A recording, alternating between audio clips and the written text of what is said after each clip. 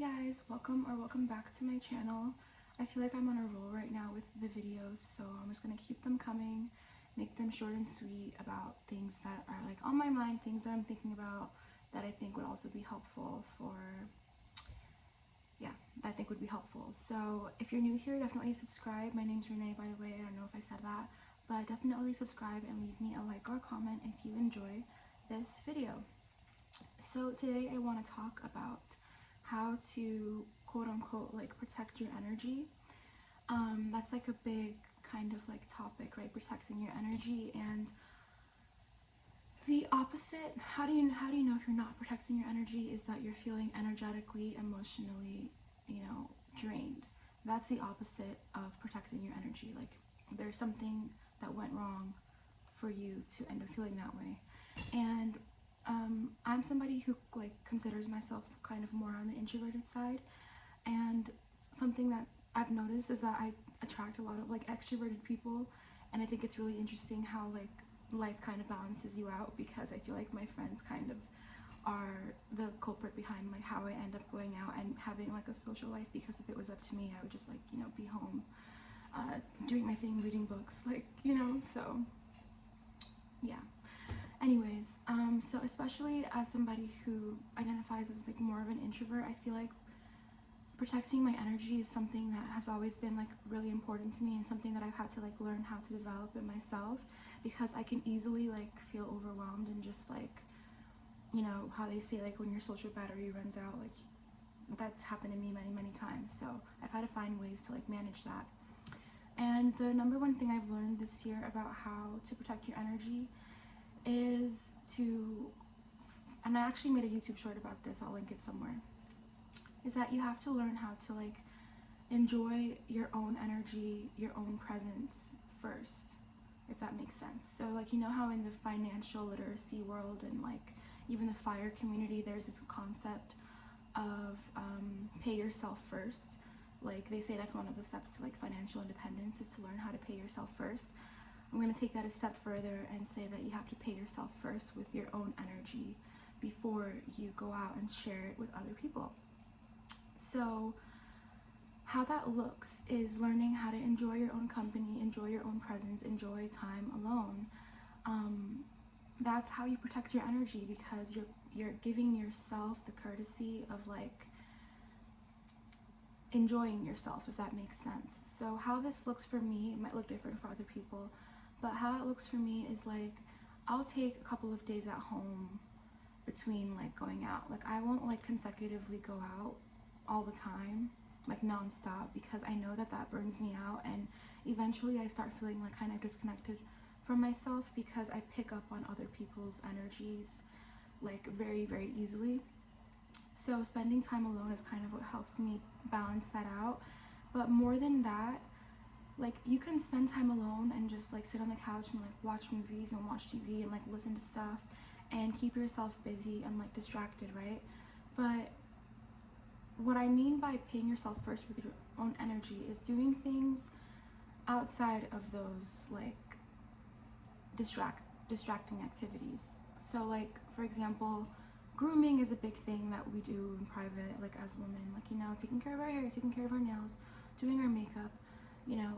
I think grooming and like self-care can be an easy way to do that for yourself, because you're showing yourself that you're worth the time to be taken care of. And it's more like you can even go as far as saying it can be a little bit meditative, because it's just like one of those like silent indicators to yourself and to the world that you care for yourself, that you value yourself as a priority. And when you do that for yourself, then other people kind of can see that and will treat you accordingly, because people treat you how you treat yourself, So that's one of the ways that I pay myself first with my own energy, as well as being conscious of when and if I'm starting to feel a little bit drained or just off, like not in tune with myself. I will then intentionally go and spend like more time alone, or just do things that like make me happy and make me feel like fulfilled outside of like like social interaction and like social gatherings and stuff like that.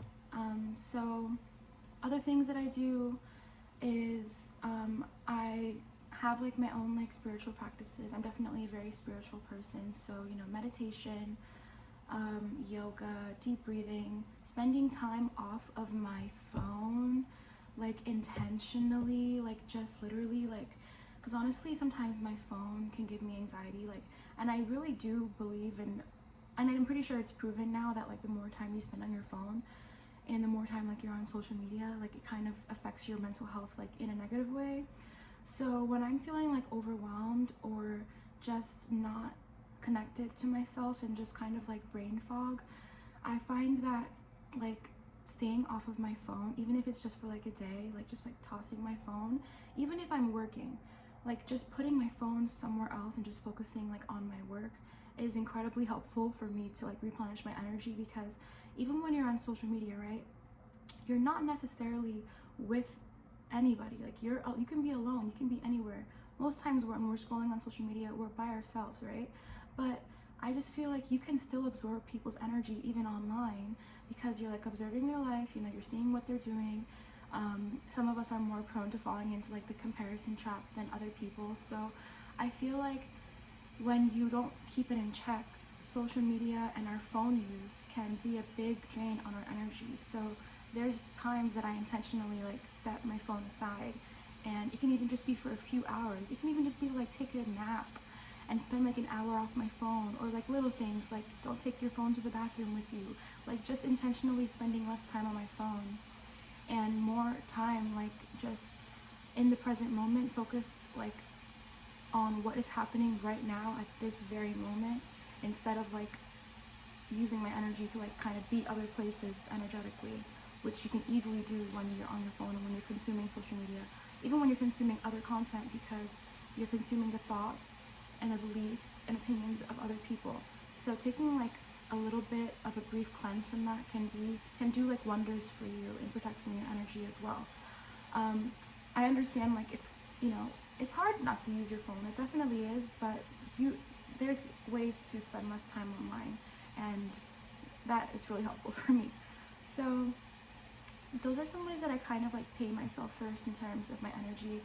And moving on to like the dating scenarios, right? When you're taking care of yourself, when you're, you know, not only just like like your grooming, but like also like your health, when you have your own goals, your own sense of purpose, which I just made a video about last week, go and check that out if you haven't seen it. When you're very in tune with yourself in that way, you automatically, I feel like, just start attracting people and attracting opportunities, and like, because you're vibrating very high, right? Like you're vibrating on a higher frequency when you're doing those things for yourself. So it's not unlikely that you'll start to attract other people, and that, especially like if you're dating, you know, you become more attractive when you're acting that way. But the thing is that sometimes we have to like put, I don't know what the right word is, but like, just because people want to see you all the time and want you to be here, there, everywhere, you know, combine that with like the priorities that we have in like our daily life and like our work. If our energy is so much like in demand and we're just saying yes to everything, that's an easy way to kind of fall out of alignment and to not be focused on yourself, unless you're somebody that like really thrives in those environments. But I'm just speaking for myself. Like really like taking the time to ask yourself if going to this event, if seeing this person is going to make you happy and it's going to make your day better, and it's like going to elevate you, you know, like if you're really genuinely going to enjoy it, or if you're coming from a place of just wanting to say yes to like make that other person happy and not like, you know, meet other people's expectations. Like taking the time to ask yourself what your intention is before you go out, before you say yes to things, and taking the time also to see where you are emotionally, physically, like if you would benefit more by doing something else. You know what I mean? So like, for example, if somebody asks you to go to dinner, for example, but you just went out the past 4 days and you haven't really had a moment to yourself, and in the back of your mind you probably have like work things, that happens to me a lot, like you just have like a lot of open tabs like in my brain,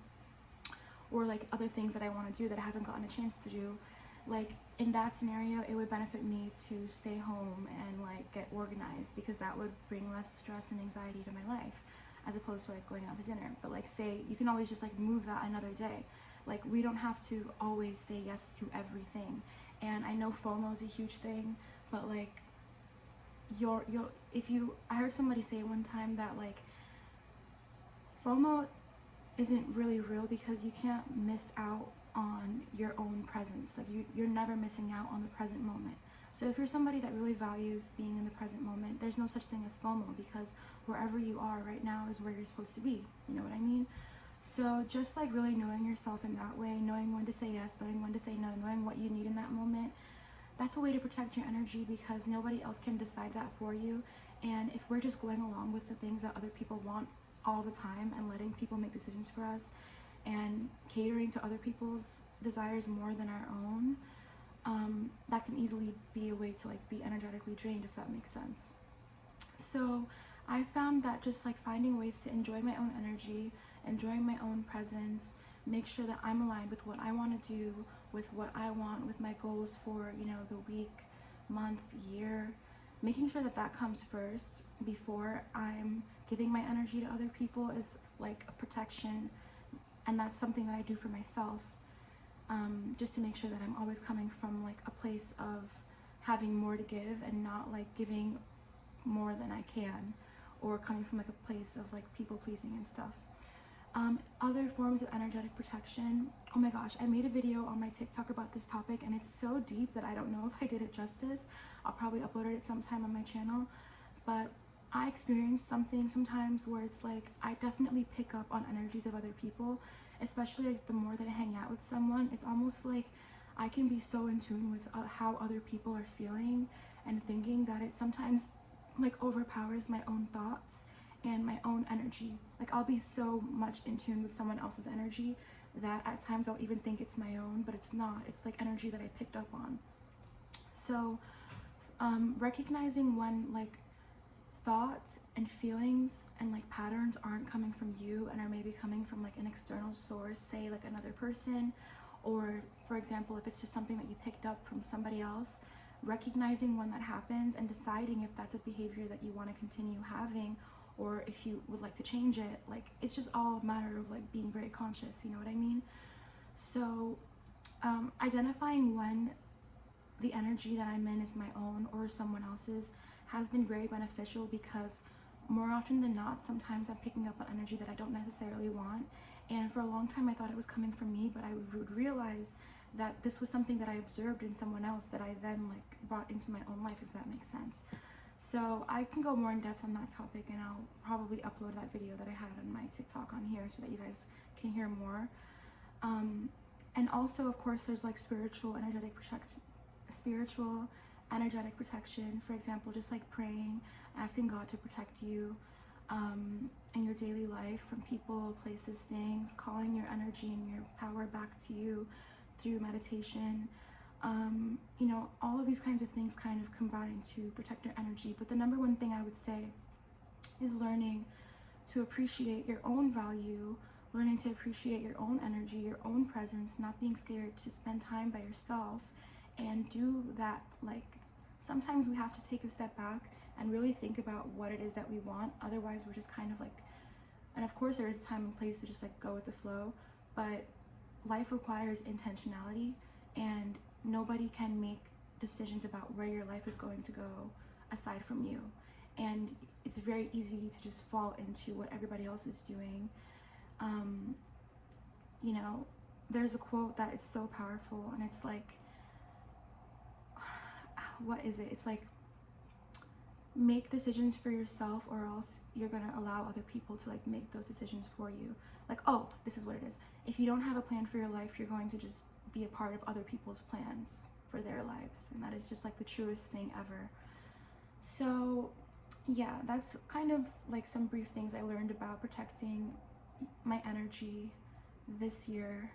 Of course, I will always say that health and taking care of your, like, for example, you know, fitness and nutrition, even just like the basic stuff of, you know, maybe not eating as much junk food, can do wonders for your mood and for your mental stability. I cannot emphasize that enough, and that's something that I have to always remind myself too, because it's so crazy how much of a difference I feel in my life and in my mentality, especially when I'm not taking care of myself, or when I'm being like overly indulgent and stuff, which is like it's honestly, I saw this interesting video about like the shadow side of femininity, and one of them is like a lack of self-discipline and being overly indulgent, and too much of a good thing is not a good thing, you know what I mean?